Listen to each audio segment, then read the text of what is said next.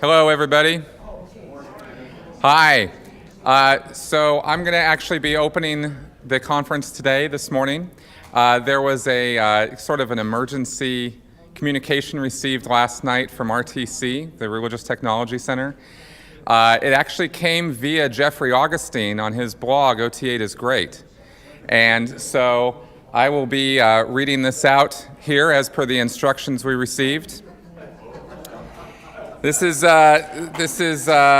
public notice. Toronto SP conference declared an illegal criminal assembly. This is to be read out loud here. We in RTC have declared the SP Toronto conference or conclave or whatever it is you people are calling your meeting an illegal criminal assembly.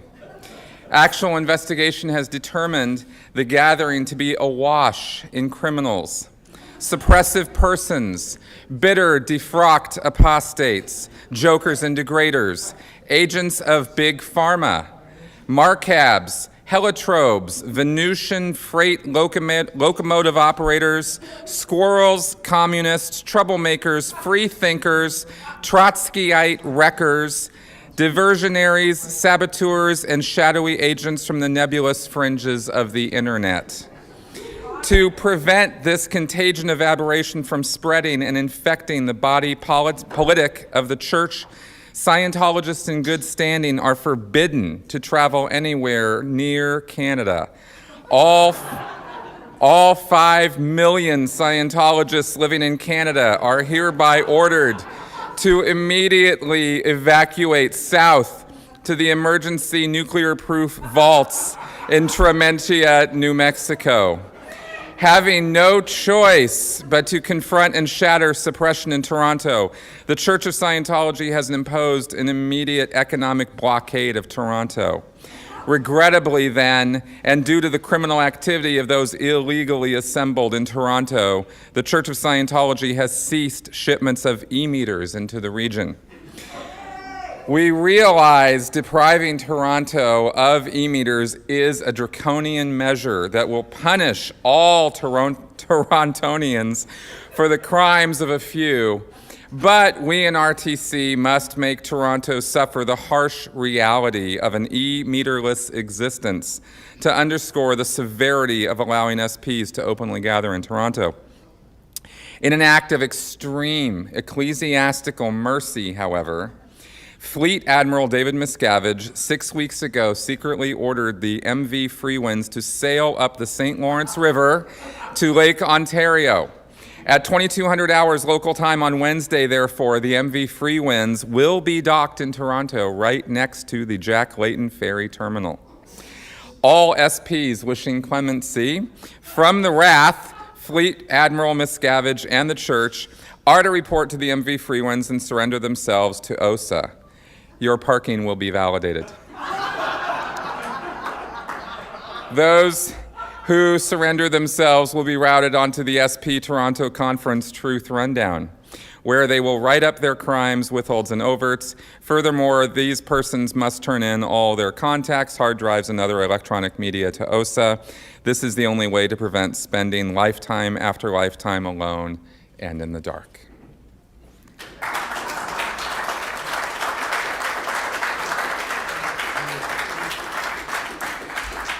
And with that, here is your host, John. That was Jeffrey Augustine. That was Jeffrey Augustine.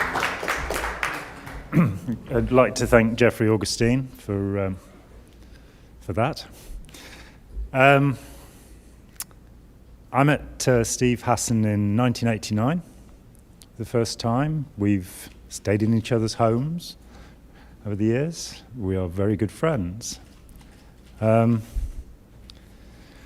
We have some incredible people at this conference, but Steve Hassan is undoubtedly the best-known cult expert in the known universe.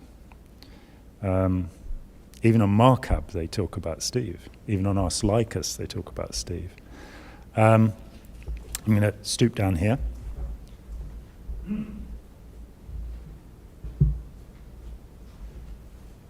He's not only the best-known cult expert, he's also the biggest-selling author on the subject of cults. How many languages? Other than the pirated ones, I think it's in 8. Eight official languages and 213 pirates, probably by now. What was the Japanese edition? Was something like 180,000? Over 200,000. Yeah, and you didn't get the royalties? Hardback. Yeah. Didn't get the royalties. Yeah. Bless the Japanese. So this is the original paperback. The hardback had a horrific cover with a skinhead with a chain around his head, which I treasure to this day. I had the privilege of working a little bit with Steve to include a little-known cult called Scientology into the new edition, which has only just been published. And there's a lot of additional material in here.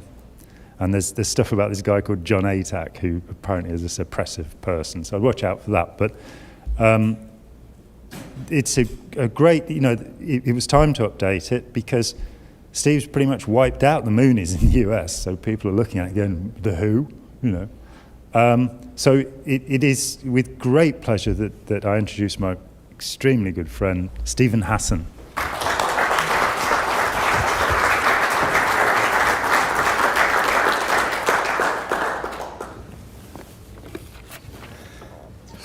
So thank you for this opportunity to share, and all I need is help to get back to the PowerPoint.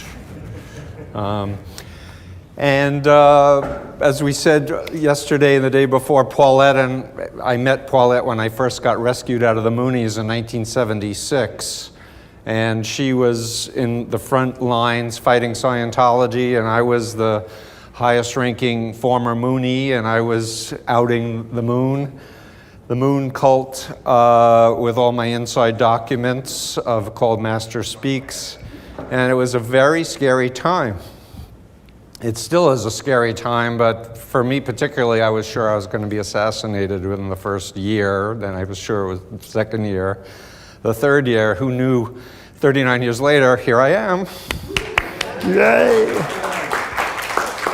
And the Moonies are crumbling, even though they have more than $4 billion, and they have front groups that are 70 pages single-spaced, which is on my website, freedomofmind.com. They're still around in much bigger numbers than Scientology ever was.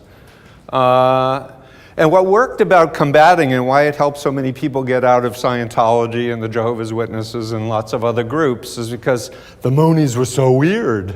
Like, who could believe that this was the emperor of the universe? This fat Korean billionaire was 10 times greater than Jesus Christ. Of course, some of the inner doctrine was that he was even greater than God, or God would say he was greater than him. He was best known in the Guinness Book of World Records for most people wed at a single moment, and all these people are cult members who never met each other before, and all the men would be lined up and all the women would be lined up, and using his clairvoyant and clairaudient powers, he would be like, you and you, and you'd have 5 minutes to decide if you accept God's choice for you. Then you would go through a ceremony of hitting each other on the butt with a wooden kendo stick 3 times as hard as you can. It goes on and on. You think Scientology is weird? Check out, it is weird. I've learned a lot the last few days, but this was the cult that I was in's Bible, called the Divine Principle, better than the Old and New Testament. I used to lecture this stuff. A lot of people don't realize the Washington Times is owned by Moon, who's a convicted felon. I was 19 years old, like John and like so many other people whose stories we've heard, when I was an upper junior at Queens College in New York City. I was raised in a conservative Jewish family with 2 older sisters. My dad had a hardware store. My mom was an art teacher in junior high school in Brooklyn. I was writing poetry and short stories. My plan was to get a master's and a doctorate and teach writing. I was not looking to join a group. I was not a joiner. I was an introvert. I played basketball and was in my 6th grade chorus. and bicycled across the US when I was 16. I was not a shy person, but I'd say I was an introverted person. And by the way, that's one thing I credit my cult experience, was that they taught me how to get on a stage and talk extemporaneously. There were some positives out of my experience in the cult. But I was basically dumped by my girlfriend, and within a month, 3 attractive women pretending to be students at Queens College approached me in the cafeteria. Those of you who've read my book know a little bit of my story. But I was not looking to join a cult, and that's one of the most common problems that the public has when they learn about, or they see Going Clear, or they hear about people in Scientology, is what in social psychology is called the fundamental attribution error, which means that when it's a universal around the world, when people try to understand other people's behavior, they misattribute or they overattribute personal variables to the explanation, and they underattribute social environmental influence variables.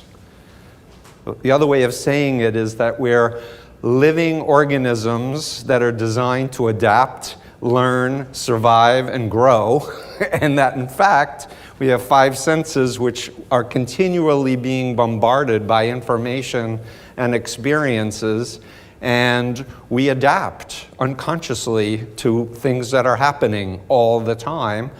And so what the public needs to understand if they study social psychology, and I've put in my books the 3 most famous experiments that demonstrate the fundamental attribution error, which is the Solomon Asch conformity study, the Stanley Milgram obedience study, and the Phil Zimbardo prison study. Okay, and these are all, there are videos of these, there are documentaries. In fact, Alex Gibney, excuse me, who did the documentary Going Clear, did a wonderful documentary called The Human Behavior Experiments, focusing on original archive footage of Stanley Milgram, archive footage of Zimbardo's prison study. It was all of the stuff that should have been, in my opinion, in Going Clear, explaining how intelligent, educated people could be deceived and mind-controlled, or perhaps the best term is now undue influence, into a totalist, destructive mind control cult. In any case, what you would have seen is Moon in front of a stadium of the mass wedding. You would have seen him in front of one of his stadiums in Korea. You would have seen people, former members, talking about how he really believes that you have to have absolute control of the mind. We had ex-members talking about his fanaticism, his megalomania. We had someone talking about him believing that we have to take over the world for Moon and unificationism. And in my story, which I don't have time to go into in any detail, but basically I was this 19-year-old idealistic, extra honors student who believed creativity was the most important thing in my life, meeting these women, and within 2 weeks believing the end of the world was coming, Armageddon was coming in 1977, there would be a nuclear war with the Soviet Union, that these are the last days, that we have to give up our lives and submit to Father, who's now the Jesus Christ come back on earth, but better than Jesus because he failed his mission, and yada, yada, yada. Incredible narrative, amazing, unbelievable story, as all of you who are former Scientologists are hearing the narratives of the upper levels of Scientology. In the Moon cult, there was this also, I think I have a bit, I thought I have a pyramids. There it is. When you're at the top, you have a perspective on what the group is all about. You have upper management, then you have, in case of Scientology, OSA and staff members, and these are the publics, they're what I call fringe members. And as I was listening to Jon this week, I was thinking I need to add some filaments for those who are like OT5. So they're connected, but they're not connected in a day-to-day organizational sense.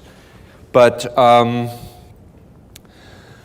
I should just go back for a second. This was me in 1977, giving one of my first interviews about mind control and deprogramming. The point is that I was a true believer, and as Jesse was telling his story about Hubbard saying we need to wipe all of the people who are doing the tech and we need someone to like retrain everybody, Moon literally was doing that with me to Neil Salonen, who was the president of the Unification Church of America. He had moved the headquarters from DC to New York so he could have more direct control of them. And I was the internal able, I was the spiritual leader, supposedly, of the president of the Unification Church of America.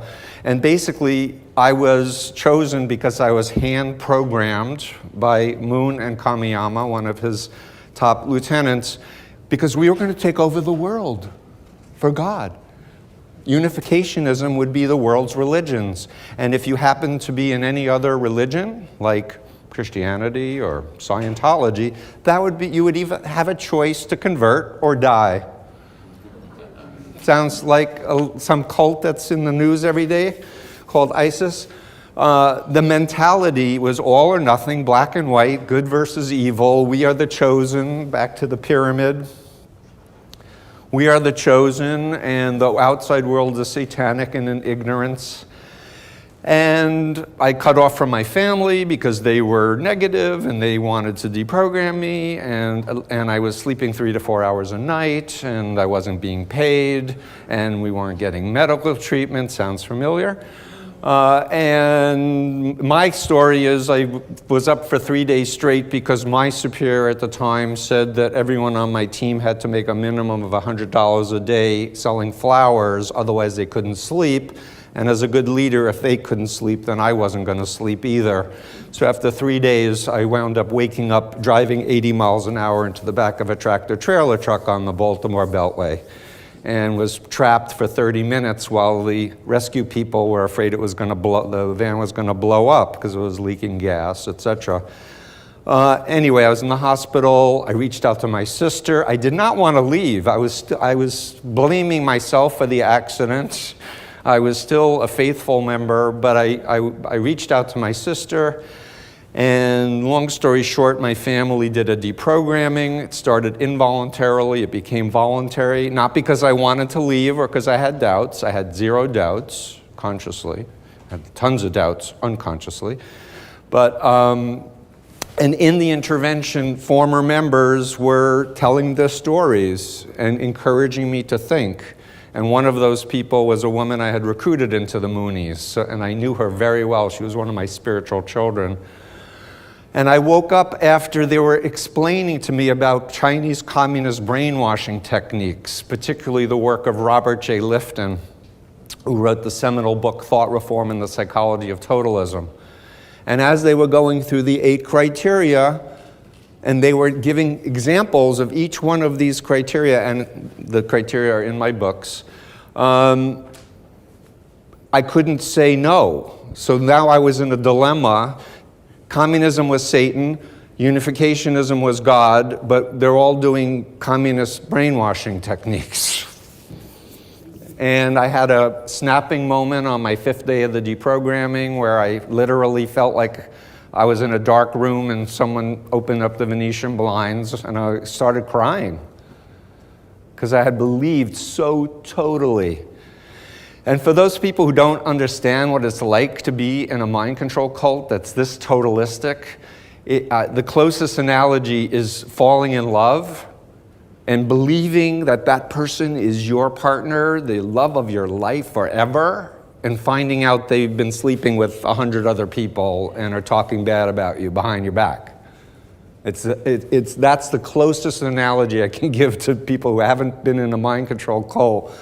Some of the emotional feeling of betrayal, of trust, of, how could I have believed, how stupid. And it drives me nuts when I hear former members who are so brilliant saying, I was so stupid for believing in Hubbard, I was so stupid for believing in Moon. It's not an issue of intelligence. Very intelligent people can be deceptively recruited and systematically programmed and my model, and I have a handout that's given out, it's in my books and it's on my website, Freedom of Mind, called the BITE model of mind control. I have a slide.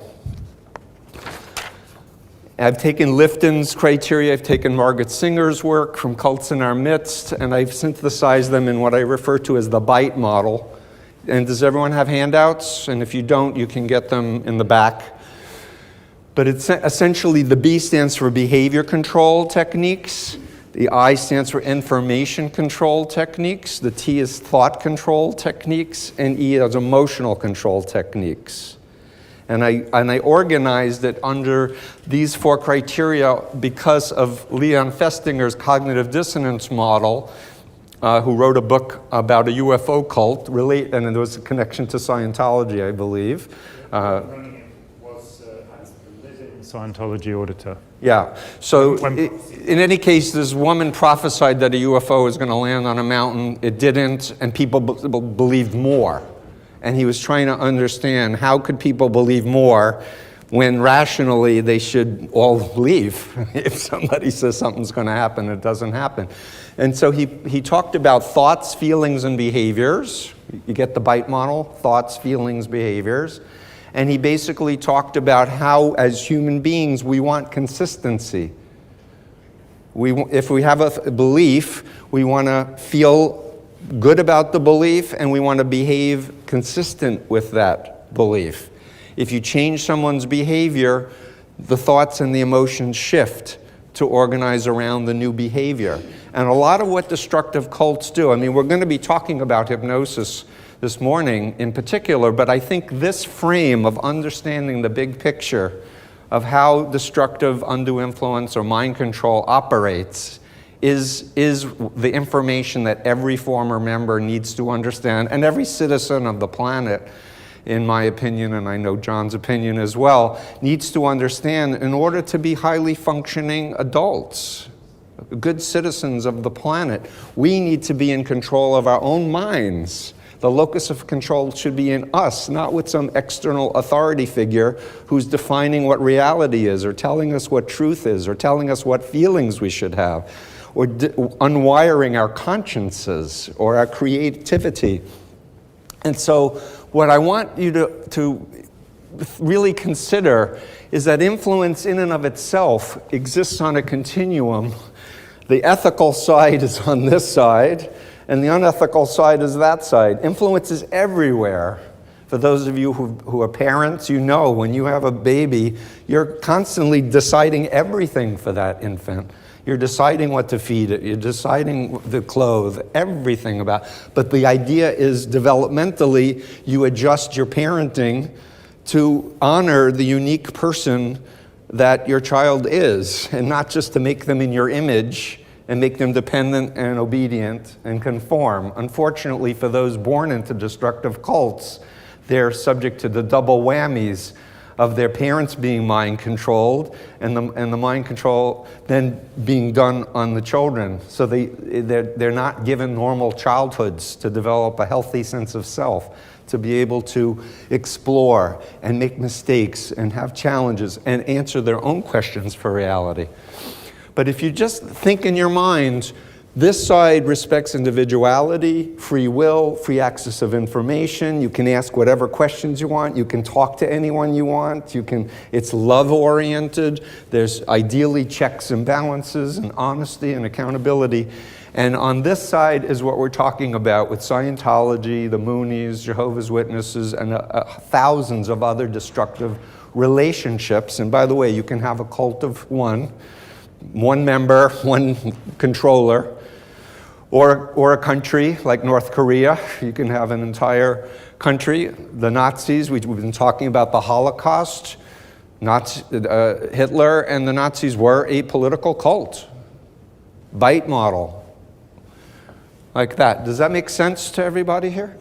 So I want to say, when I got out of the group, part of my therapy, my self-therapy, was reading everything I could to understand how an independent, intelligent person like myself, who came from a stable family, there was no drugs, there was no gambling, there was no affairs, we weren't moving, I lived in the same house, boringly same. how I could be believed, and I could get to the point where I would say, yes, Father, we'll kill millions of people who don't want to convert, and we'll clear the planet. We didn't use that term. We will save the planet. We'll save them later in the spirit world. In any case, it was 4 years after I got out of the moon cult that I saw a hypnotist do an induction on someone. And I went, I used to do that when I was a leader in the Moonies. I need to study that. And what I realized as I started studying hypnosis was that I had been trained to do hypnosis, to recruit and indoctrinate people without anyone ever telling me, I'm training you to do hypnosis. What they had said in the cult was, model the older brothers. And they sat me in front of lectures of the older brothers who were lecturing the divine principle, and we would be talking like this, with a different way of talking. That was very powerful. And at the end of a 3-day workshop, the lecturer would say, you may be thinking that this is a bunch of rubbish. But on the other hand, what if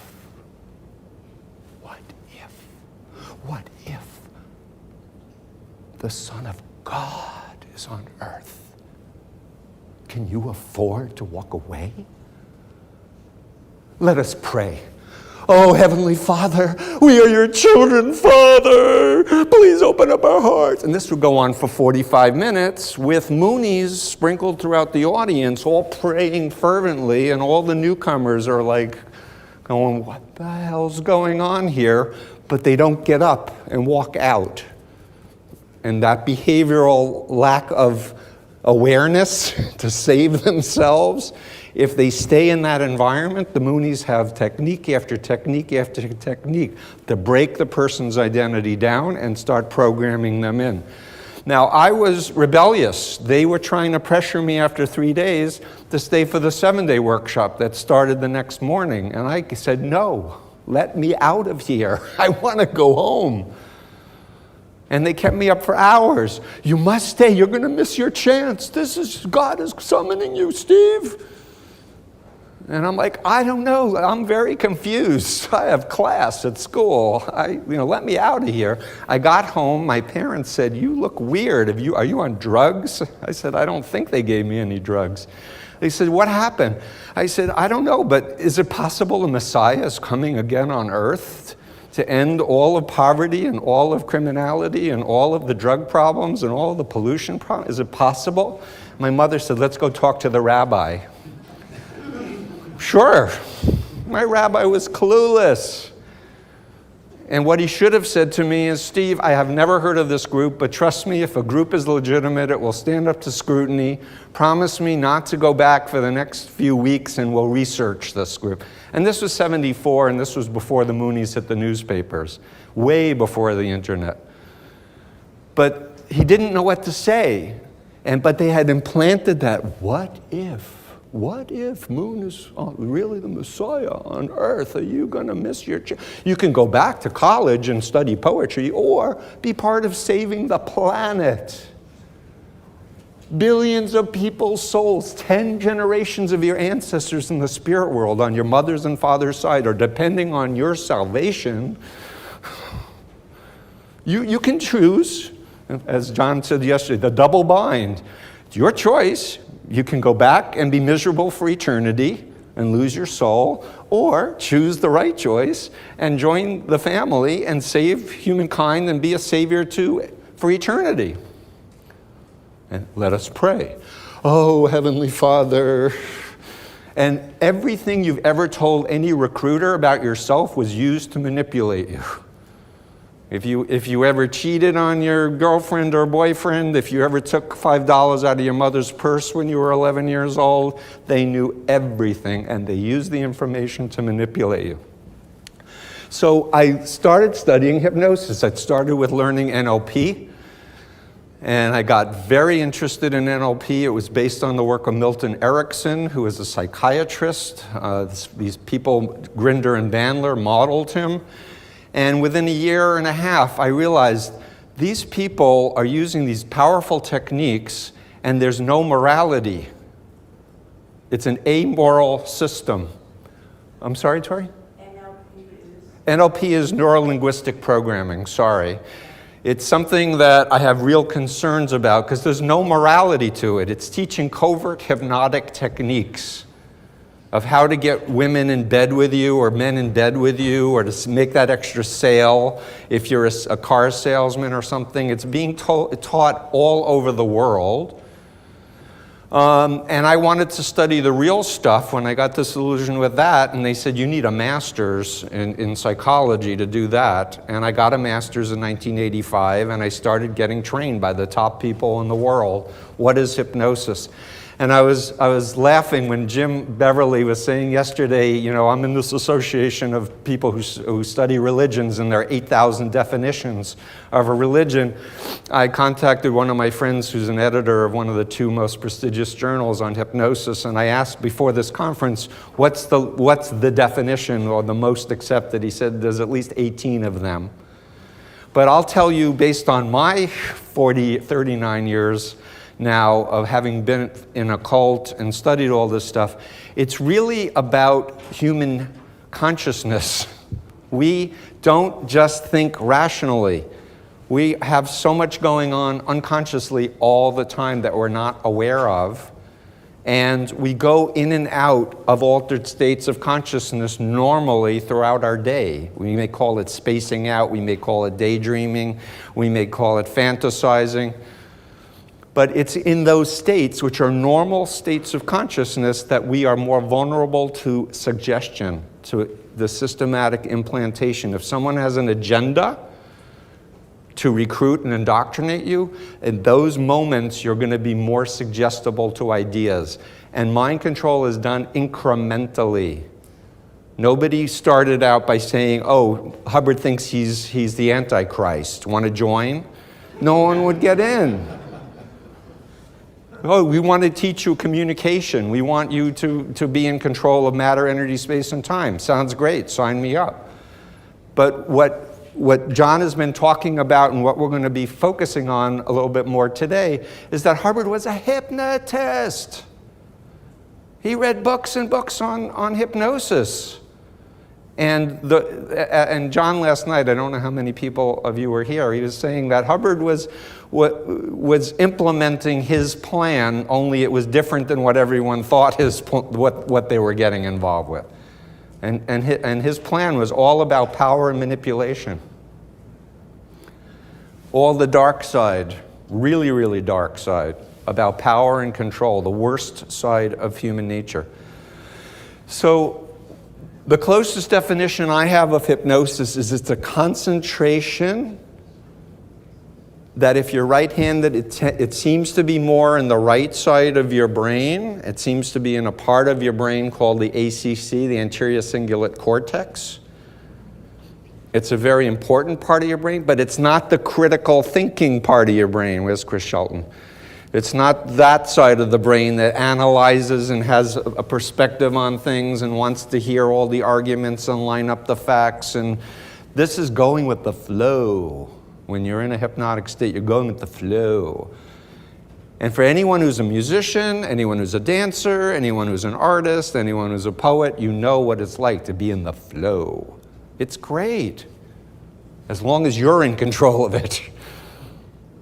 And the thing about cult members is they're given a new identity, what we call in mental health a dissociative disorder. And it's actually in the DSM-5. So it's an official diagnosis of a dissociative disorder, where the Steve Hassan, son of Milton and Estelle Hassan, this was my true father and my true mother in my moon cult identity.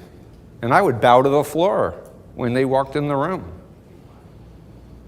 And I believed they were the lords of love. They had perfect love.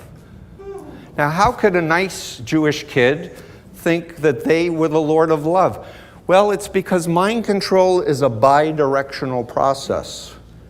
Part of it is what the cult message is and what the cult members are saying to you, but part of it is my model of reality and what I wanted to believe.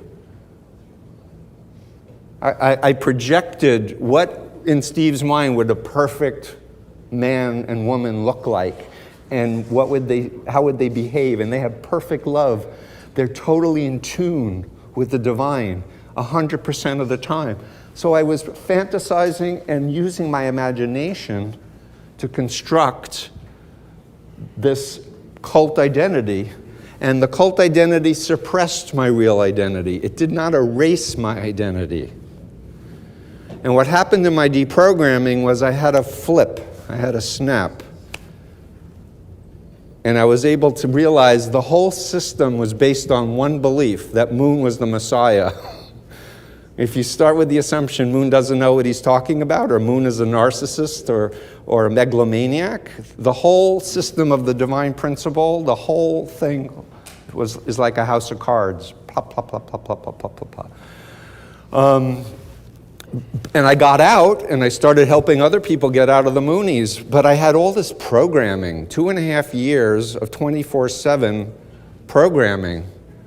And part of my healing, which has taken years, is really understanding how they co-opted me, the child parts of my identity, and programmed it. And I had to go back in my memory to the point of the first lie, and I had to do an exercise, which I tell all of my clients to do, is to educate yourself in the here and now. It's now the 2015, what's it, June 24th, something like that? June 24th, 2015, I don't know when you're watching the tape, but you need to be in your body with a locus of control in yourself, and you need to learn about mind control and study other cults. The more you can see it in other cults, you can then see the patterns. And then you can go back in your own experience and do a thought experiment, but it's more than a thought experiment because it's an emotional experiment as well, where you go back and you say, if I knew then what I know now, what would I have done differently? Would I ever done the communications course, or would I have ever cut off contact with my loved ones? The answer is no. But not just intellectually. You want to visualize yourself back in your younger self as a cult member going, no. This is a ruse. This is a lie. I'm not doing that. I'm exiting. And so you do this reclaiming and integration so that there's one you as a survivor who knows you were in a cult and you spent all those years and you did all those horrible things, but you were doing what you were programmed hypnotically and programmed behaviorally to believe. So mind control, as you saw in the continuum, there is such a thing. Oops, that's the Human Declaration of Human Rights. Where is that? I'm sorry, it's out of order. The ethical use of mind control, as I said before, is you controlling your own mind and you tuning into your authentic self and you being true to yourself and your talents and your abilities and such, and not being stuck by the past, of traumatic moments in the past. You did the best you could at the time with how you were indoctrinated and programmed, but now you're free. You're out. And it's time to be oriented to a positive future, exercising your own independent decisions. And for those of you who still have loved ones who are still trapped in the cult, as you get stronger and more resourceful, you will have more and more tools to figure out what I refer to as the strategic interactive approach for how to help your loved ones to start reclaiming their power to think for themselves.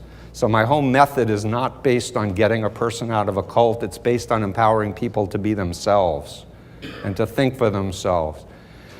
And if you are a parent, or you have a sibling who is still in a cult and you're exercising real love, which is love based on beingness, not on actions or good performance, if it's based on love, and you're just saying, I love you and I miss you and I wish you were part of my life, you're going to connect with that person's authentic self, and they're going to want to hang out with you more and more. And love is stronger than fear and mind control, in my opinion. And with that, I know that I've been talking for a while, but shall we talk more specifically about hypnosis? Should I do a little bit more myself, or do you want to? explain it specifically yet? Because I think we can come up and Great. demo and so let's do it. from there. Yeah. Was that helpful? Great.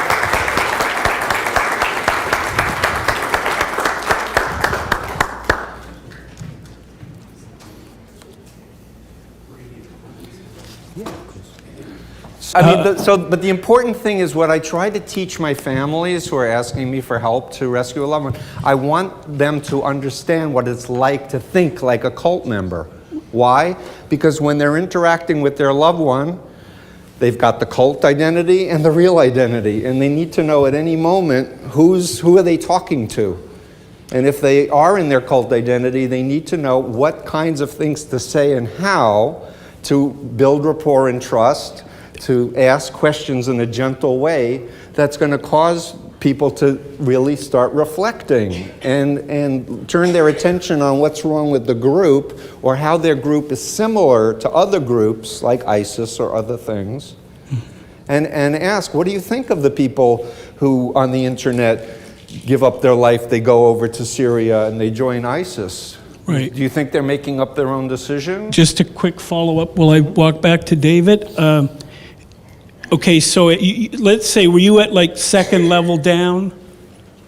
Moon? So let me explain something. One difference between Jesse and myself and other hierarchies, Yeah. the Moonies are a racist organization with the Koreans are the master race, the Japanese are the second tier, Americans are scum, and the archangel, and we are the servants. So I had a high position publicly because they were operating in the US. I had no power. We're ready to hopefully get on with the next and complex part of our program. Introduce Chris Shelton again, Christian Szurko. Christian is going to be our victim for the day. Sorry, pre-clear. I get those confused. I have a tiny little preamble that I have here. Scientology is an immense and often confusing subject. So I want to go back again to the proposed objective of Scientology. I mean, there are millions of words in Scientology, but in fact, there is only one place that you're meant to be going, and that is exteriorization, which, as I said yesterday, is getting out of your mind, getting out of your head. And that is defined as the state of the thetan, the spirit, the individual himself being outside his body. Hubbard promised that at the far end of his Scientology bridge, the individual will be an operating thetan, which is to say, be able to act independently from a human body, to travel anywhere in the universe and cause events to occur by willpower alone. Now, Scientology, I remember visiting the Cult Awareness Network back in the 80s in Los Angeles and being told that there were 2,000 destructive cults. And I'm going to pick up on this word cult. It's not pejorative. Look it up in the dictionary. It's been with us for hundreds of years. It just means a group that follows a leader, pretty much. So Christianity was the cult of Jesus. There's nothing pejorative about that. A destructive cult, however, or a totalist or totalitarian cult, which is what we're talking about. In fact, I remember Steve in 1989 picking up on this and saying, you have to say dangerous cult, not just cult. Which is actually absolutely correct, whereas new religious movement doesn't really apply to most of the groups that are called that, like EST, for example, which has no religious pretensions. Bless the sociologists. But while most cults have just a couple of techniques, or maybe three, transcendental meditation, you sit down and recite the name of a demon to yourself until you go into a trance. Which you don't know is the name of a... Yeah, they're not very honest about that, and you're told you must not tell anybody what it is. Destructive cult. Absolutely. And now has many offshoots, like Ishihara's Ascension, for example. And then you have hopping up and down until you break your coccyx, which is how to fly. But that's going to stop the world from blowing up if 40,000 people do the cities. Yeah, I mean, the world would have blown up by now. It would be gone by now if they hadn't been doing this. It's like the Hopi chieftain who told Jung, the psychologist, that he was terrified that in the next generation, the young people would not do the ceremonies that would make the sun come up in the morning. So you can think that the Aztecs, oh God, we've got to rip some hearts out, because otherwise, you don't want to take the risk, really, So, let's just not do it today. But I was told at the Cult Awareness Network that there were 2,000 cults. I've more recently been told there are 3,000 destructive, dangerous cults. And people would say to me, we'll deal with any cult, Jewish, Hindu, Sikh, Christian, psychotherapy, business, whatever you like, hypnotherapy, whatever you like, but Scientology. And I found this... media in particular. But no, this was with counselors. This was with trying to help members. They were saying, and my good friend Christian, who probably has done all 3,000 of those groups by now, is still a little hesitant before taking on a Scientologist. Because where Transcendental Meditation has 2 techniques, Scientology has 2,000. But fundamentally, there are only a few approaches, and they're elaborated upon.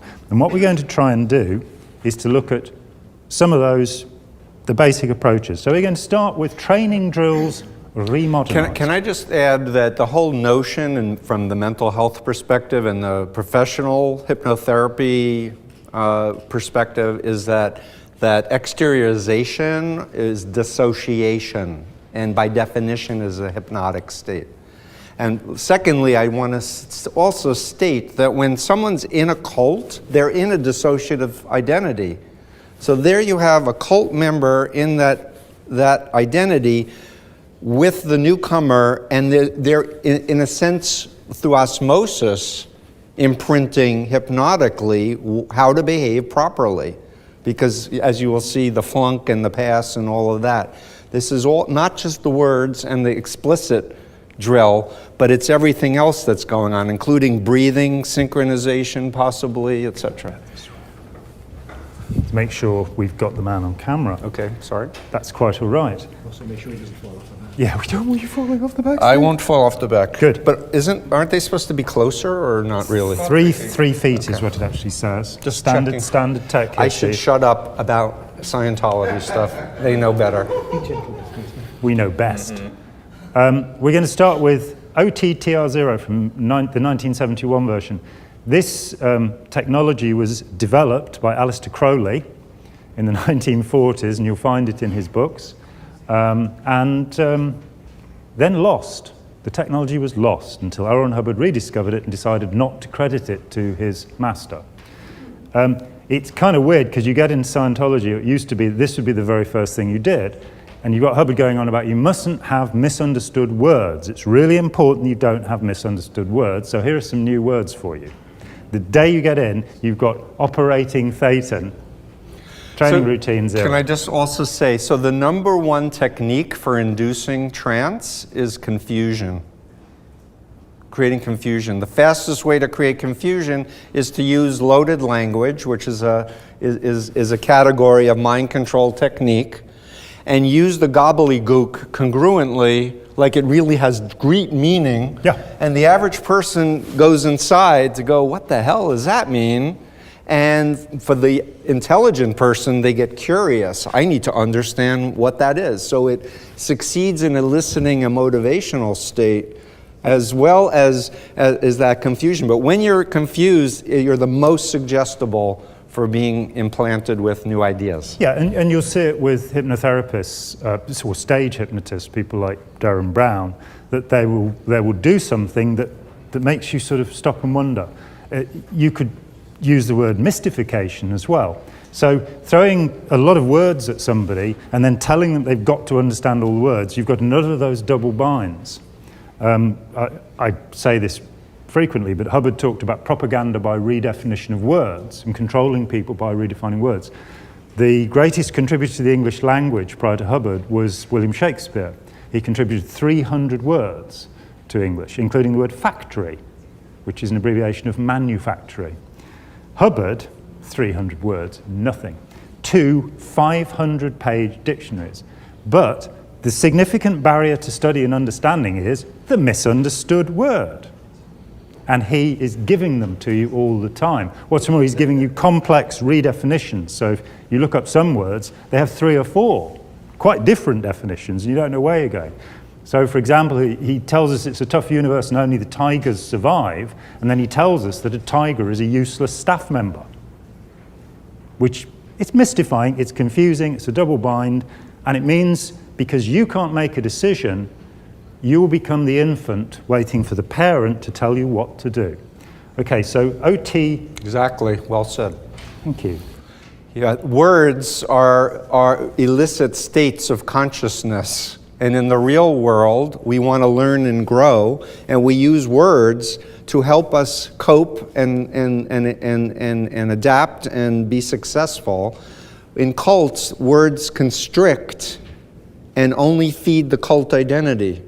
And one of the tricks, the biggest trick, as you were saying, is the study tech, where they're getting these very intelligent people to buy into this falsehood that they don't understand what's real, therefore they need to keep studying the words so they'll know what truth is. And what is really happening is they're programming themselves into the ideology of the cult. And you're looking at the detail, not the picture. Hubbard in Scientology 8008 lists major contributors to his thinking. He would later deny that anybody had contributed anything. That all of the contributions were minor. But back in 8008, in the early 50s, one of the people he attributes technology to is Count Alfred Korzybski. And Korzybski is extraordinarily important to the understanding of Scientology, because Korzybski understood that language affects behavior. And he said, the map is not the territory. The word is not the thing itself. And what Hubbard managed to do was to manipulate that systematically, so that you start thinking that the map of the world that Hubbard is giving you is reality. Indeed, he said, agreement is reality. And that meant if you agreed with Hubbard, you were experiencing reality. All right, position. Student and coach sit facing each other with eyes closed, gentlemen. If we could close our eyes. A comfortable distance apart, about 3 feet. And the purpose is to train the student to be there, not be here, by the way, be there comfortably and confront another person. Now, this word confront has just been slipped in with no question about what it might mean. To confront another person, not to face them, not to look at them, to confront them. Now, you're confronting somebody with your eyes closed. That I find confusing. Well, you have to surrender. Exactly. By being obedient, by doing the behavior, you're already changing the thoughts and the emotions. By agreeing to do the behavior. And when I first demonstrated this to a room of the top hypnotherapists in the world, they said, that's trance. That's hypnosis. I said, that's right. No, they were amazed. I said, but they don't call it hypnosis. They call it communication. Yeah, and this is your first moment. You don't know these people from Adam. You're sat in a room full of people with your eyes closed, and that means that in an animal sense, what you've done is you've surrendered what's called boundary perception. So you are no longer in a leading position, you are no longer in a position of an individual. You have accepted that you're part of the herd. You've accepted direction, and that you can trust the environment you're in. It took me years to realize that. So the idea is to get the student able to be there comfortably. Now, these guys were already here before they closed their eyes. How are they being here more by closing their eyes?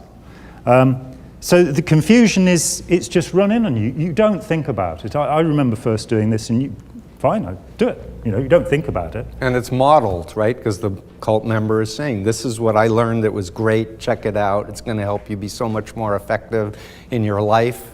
So the member is selling it as a good thing. Absolutely, and you're not going to do anything else but be there. That is, you're not going to breathe. Well, you have to a little bit. Okay. You're not going to think. Do you need to think? No, well, Surrender my understanding is the cult member is going to say flunk or pass if the person's fidgeting and not doing the external behavior properly. The course supervisor, because both of you have got your eyes closed at this point, the course supervisor may take that. Would you like to open your eyes again, gentlemen? Now, what you're meant to do is have a major stable win. How do you feel? Oh my God, so much better. So I have a question to ask you, though. This is, as a former member who did this technique, in this context, is there any difference hearing us talk while you were doing it? Well, no. I mean, you're normally in a classroom environment where you're doing drills like this. There's other people doing other drills and talking and stuff like that. Right, but you're not in Scientology anymore, and you're at a conference where we're exiting. You mean as I was sitting here doing the drill? Yeah, right now. No, was there any No, difference? I was listening to you guys. Okay. And in the course room, you'd probably be listening to the people around you too. Oh, yeah. Yeah. I mean, it says here that you be there comfortably and confront. Did you feel you were being confronted, Christian? Oh, that's poor, Chris. Yeah, definitely a flunk on my part. Yeah. It was, Well, I ask that as a question as it's happening, that a lot of people in cults have postural states, whether you're in a cult where you're kneeling on your knees or you're twirling or whatever, and as an ex-member, they never do that posture again because it brings back the cult associations, which of course in the therapy world, what we want people to do is de-anchor and to reassociate the state so they're not avoiding ever kneeling on their knees or doing it. And you want to be able to sit comfortably and do some self-hypnosis or relaxation and have not a wisp of the cult association, ultimately, I think. Well, sitting here like this is certainly a TR position. Right, but what I'm putting out there as an idea, I'm not talking covertly, I'm talking about very overtly as a recovery technique to do the state thinking about this is a hypnotic technique that I can do ethically on myself if I want to relax and not have a wisp of that, but just for the future be able to feel good and access a state of consciousness and have access to critiques of this, of how it was done back then, so that you can be free. It gets very complicated that people will go and do meditation and they'll go, wow, that's fantastic, I felt so relaxed. And you get that they've maybe never sat still before. They maybe never concentrated on their breathing and made sure they were breathing slowly before. And it does feel good, and that's okay. But it's not necessarily meditation, it's not necessarily a spiritual practice, it's relaxation. And in our culture, everything's grabbed at and rushed for. So this can happen. I mean, I found, I had a friend who was an acupuncturist who wanted to play with people and was learning how to do it. And the first time I went, she said, right, you lie down here and you lie down here and you do this. And it was incredibly relaxing. And when I then later talked to other people who'd had, an osteopath, a chiropractor, various things where they were asked to lie still, it was that thought, well, you don't normally do that. And there is something, in fact, in surrendering yourself so that you're not the one having to think about it or do anything.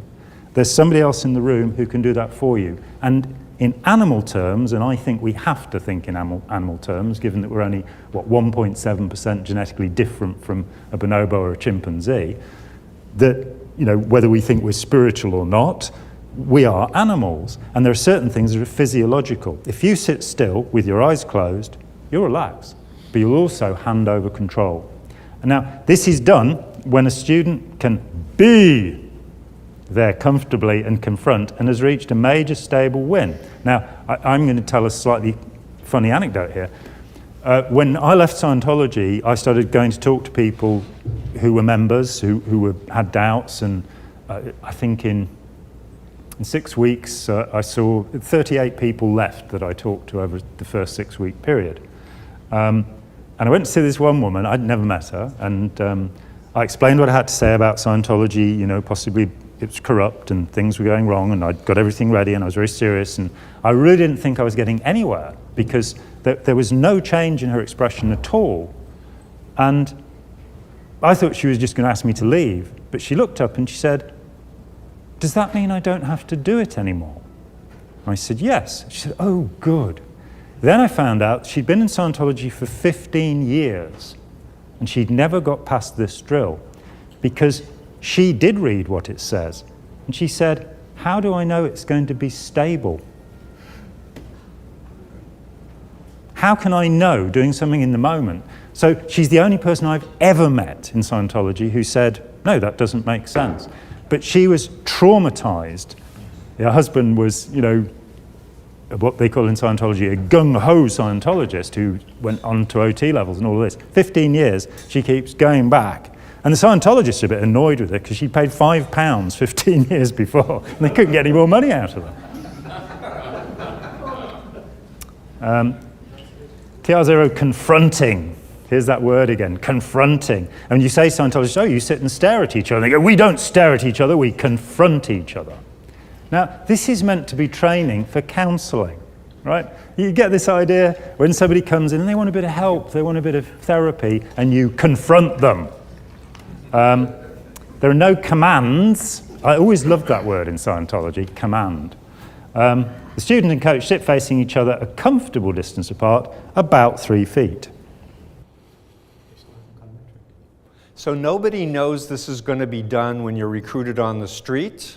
And right? you're told it's a communication course. Right, but by agreeing to do this, you're already subjecting yourself to an unethical, pyramid-structured, authoritarian cult that has designs on breaking you down and building you up in the image of the leader. And the only choice is to get up and leave, because if you want to succeed, as every smart person wants to compete and go through the levels and get their certificate or whatever, you're going to stay. And the more you stay, the more they start programming you with the proper words and behaviors and emotional states and trance states. And you're in what Robert J. Lifton would call a milieu control, peer group pressure, whatever. To get up and leave when a room full of people are doing something is actually quite difficult. I mean, I had a situation where I was called by a Jungian therapist who said, I went to this course, and after about 10 minutes, I said, but it was co-counseling. This is Dianetics. And everybody in the room said, shut up. You know, let's just hear what they've said. But she's saying, but it's a cult. No, just let's hear what the guy's got to say. And she had a doctorate. You know, the end of the day, the evening, she found my number, she phoned me, and she was in tears, simply because the group would not allow her to dissent. And she didn't get up and walk out, which is what I tell everyone if you ever find yourself in an environment where people didn't represent what was really going to happen and you're uncomfortable, use your free will and say, wait a minute, this isn't what you told me. I'm out of here. And you'll probably bring other people out with you who were feeling exactly the same thing. And if you don't feel strong about it, don't argue, just leave. Yeah. So to train a student to confront a pre-clear with auditing. Now, I've been in Scientology about 5 minutes, and I'm being given this thing. I've had OT, I've had to go and word clear OT, operating thetan. Now I've got to word clear pre-clear, and I've got to word clear auditing. Having this, misunderstood words are the only reason the person gives up a study, apparently, or becomes confused. Though there are other reasons, as you find out later, but that's one of Hubbard's things. This is the only reason, and here's another one. Are we boring you, Chris? It's a misunderstood word. Dope off.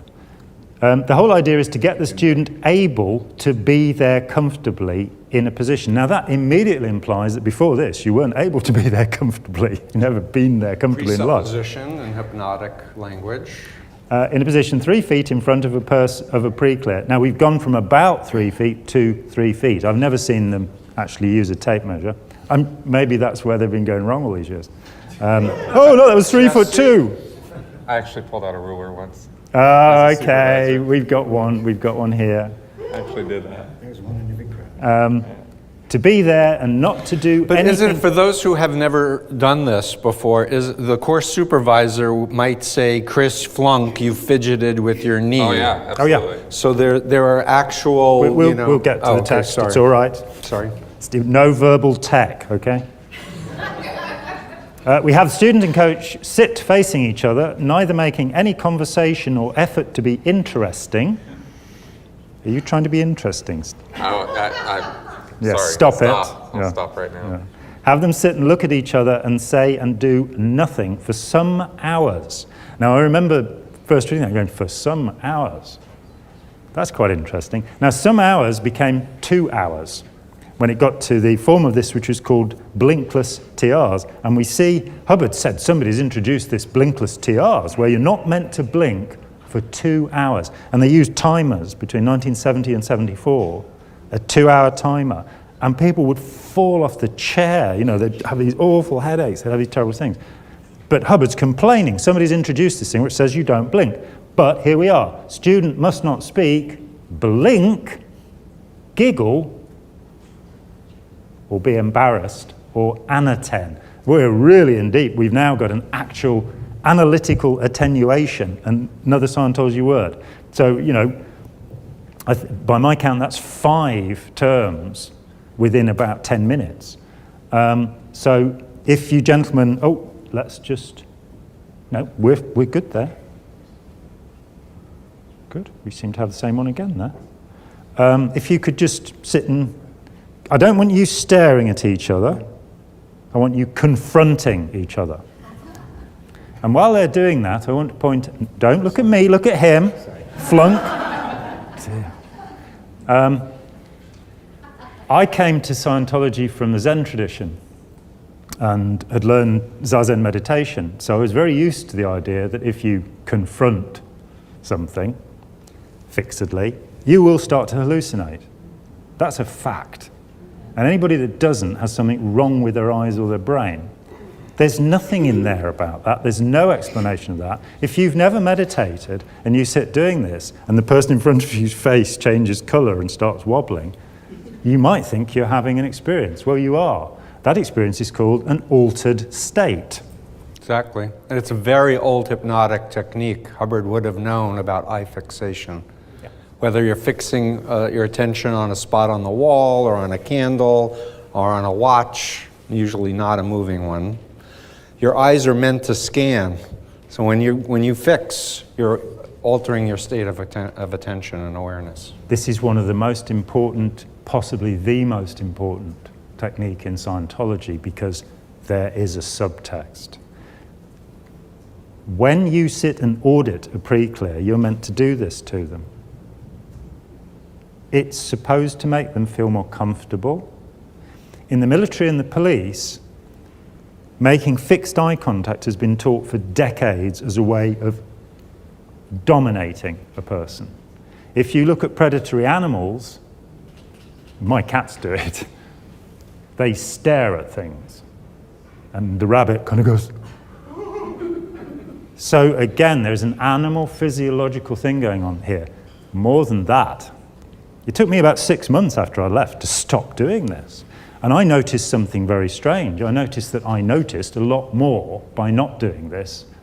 I could tell you a great deal more about somebody's physiognomy by, normal movement of my eyes than I could by doing this. Because you're looking, that's a flunk, Christian. I was waiting for this because the trouble is I've got contact lenses.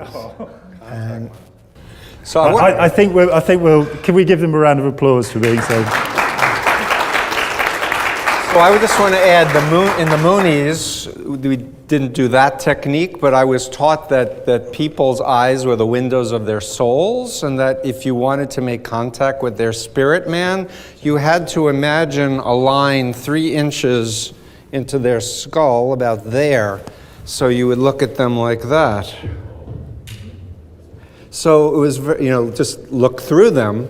And so when I met Scientologists and I met members of the Church Universal and Triumphant when I was on the Oprah Winfrey Show and there were 50 of them staring at me, I was like, oh, you want to do the eyeball thing? I was trained to do that too. Let's rock and roll. Let's see who can hold it longer. So anyway, but it's a very common technique. The most significant thing about this technique is that it induces an altered state. And Scientologists, one of the things that's like Conway and Siegelman, they looked at other groups, thank you, and they looked at 1,000 cult members and 33 of them were Scientologists, and they said, oh, if you're in the Moonies, the Krishners, 3 months, 6 months after you leave, you'll be fine. Scientology, 12 and a half years. And why is that? There has to be a form of reinforcement. There has to be a way of maintaining the state. This is it. You confront the universe. You don't participate in the universe. You isolate yourself from it and confront it, and you maintain this state. You maintain the state in the sense that you are a good, dedicated Scientologist with a gleam in your eye. Is that the term? You have to be in good posture. But I want to add something that Jon said. It's not just that you're inducing an altered state of consciousness. It's that when you do that, you're more suggestible to indoctrination and influence. So more beliefs, more manipulation can be done. Let's quickly do bull bait, because that moves us on to the... Actually, just as a point, the word confront actually is a loaded word in Scientology because it's used throughout the promotional materials and throughout the technology, not just with this drill. For example, their whole shtick on confront and shatter suppression is part of their thing against, enemies of the church. You're supposed to confront them and deal with them head on, right? Of course, the Scientologists all hide whenever a suppressive person comes around. If I went to a Scientology facility, literally they couldn't get into closets and run away from me fast enough. But the materials of Scientology say you're supposed to confront that, and you're not really dealing with life if you can't confront it. That word is used all throughout Scientology. And again, Lifton speaks of thought-terminating cliches, so that for the Scientologists, they don't have to think about how to solve a problem, they have to think about how to confront a problem. That's right. We're into bull bait. The difference here is that we do the TR0, but we abuse Christian. The whole idea is to get the student to be able to be there comfortably. I am here. In a position, I don't need to give you money for that. 3 feet in front of the pre-clear without being thrown off, distracted, or reacting in any way to what the pre-clear says or does. Anything added to being there, which is, of course, a Peter Sellers movie, which actually is relevant to what we're doing here, is sharply flunked, Chris. No mild flunking by the coach. Twitches, blinks, sighs, fidgets, anything except just being there is promptly flunked with a reason why. A student coughs, coach, flunk, you coughed, start. This is the whole of the coach's patter as a coach. Patter as a confronted subject. The coach may say anything or do anything except leave the chair. The funniest one I saw was, because you have clay or plasticine, as we call it in England, in a course room, the coach was sat next to the plasticine, and while the person was sat there not moving, fashioned a penis and testes and put them... Didn't actually touch the person, But I've seen some pretty harsh, abrasive, emotionally abusive, sexually abusive things happen in these sessions. All to train conformity and obedience. Because if you comply with this, it sets you up for more and more and more levels of abuse. Student passes when he can be there comfortably without being thrown off or distracted or react in any way to anything the coach says or does, and has reached a major, stable win. So abuse him. All right, tier 0 bull bait, start. Flunk, you laughed. Start. I'm still laughing. No, flunk, you didn't start. Start.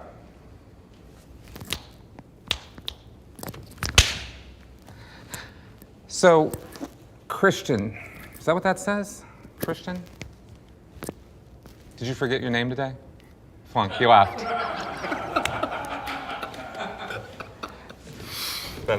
Yeah, I'm easy. I think we get the idea. Now, You just keep doing that. You can just do that for hours. You just make stuff up. You just observe things about the guy, and you just start throwing it at him and trying to find whatever buttons he has, whatever thing he'll react to, and you just keep going on it until there's no reaction of any kind.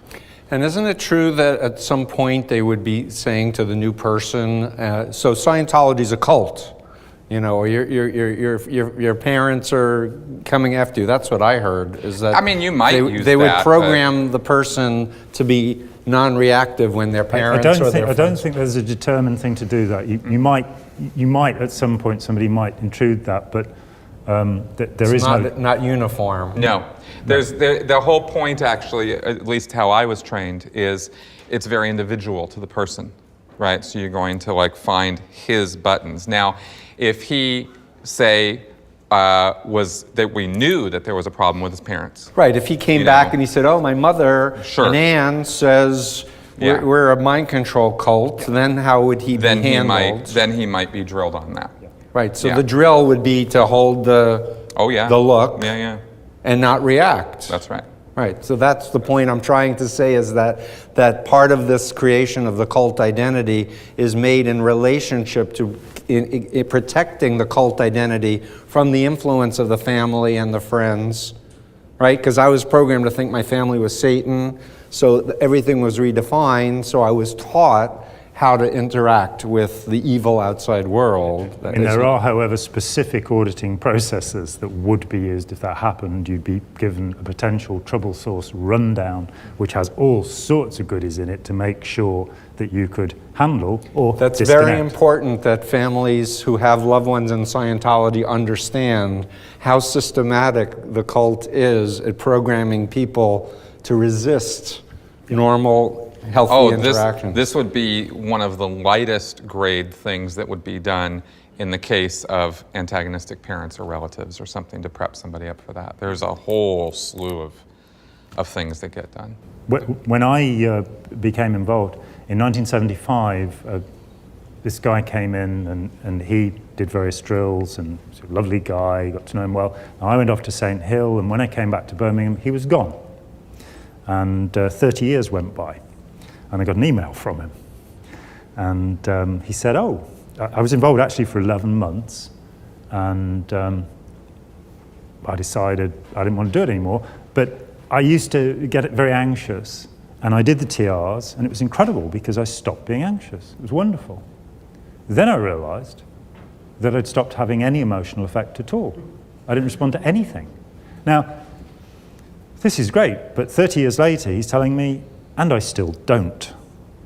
So just doing this drill, just this far in, the £5, $10 course, this guy lost 30 years of his emotions. I'm very happy to say, we just sent some emails, and a month or two later I said, do you want to come and talk to me, and we'll see what we can do. He said, no, I'm okay now. I think we've sorted it, because he'd put it in its place. He'd understood what had happened to him.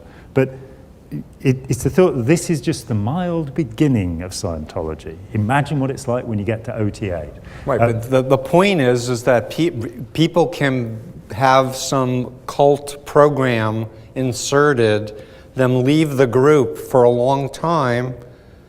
It can impact them in a negative way for the rest of their life, or it could be just a time bomb where they get a trigger or a stressor and pop, and they go back to the cult. The point is that anybody who's done Scientology, unless they get very lucky, will be trapped for the rest of their life in the programming. And the first stage... Unless they do the work, the homework. The first stage will be denial. The amount of people I've met, the hundreds of people I've met, who've got bizarre behaviors which are evidently Scientological, who will tell me, no, I'm out of it now, I don't believe it, it's a heap of shit, I'm gone. And they use all the Scientology jargon. They'll use Scientology words, or they'll still believe in all of the ideas and concepts, but have relabeled them. Oh, I don't believe in the overt motivator sequence, I believe in karma. And you say, is that karma vipaka? And they say, what are you talking about? You say, well, you've gone and looked it up, haven't you? You do know that karma means action, and vipaka means reaction. No, they haven't bothered to look at Buddhist or Hindu text. They've just shifted over what Hubbard said and said, oh, that sounds like karma. They'll believe in reincarnation. Well, if you're a Hindu or a Buddhist, you will speak of the fear of the eternal return. And as a Buddhist, former Buddhist, I can say that the most terrifying thought I have ever had was that idea that you're going to reincarnate and reincarnate forever, on the wheel of suffering. To the Scientologists, it's like, oh, I'll be able to do it in my next lifetime. So I think I'll jump out of a window because it sucks so bad right now. You do indeed get many suicides where people are going, oh, well, I'll just pick up another body. You might not. Okay, let's take a break now. Is Christian under any penalty or anything? Yeah, he's got to stay here because, Sorry, Christian.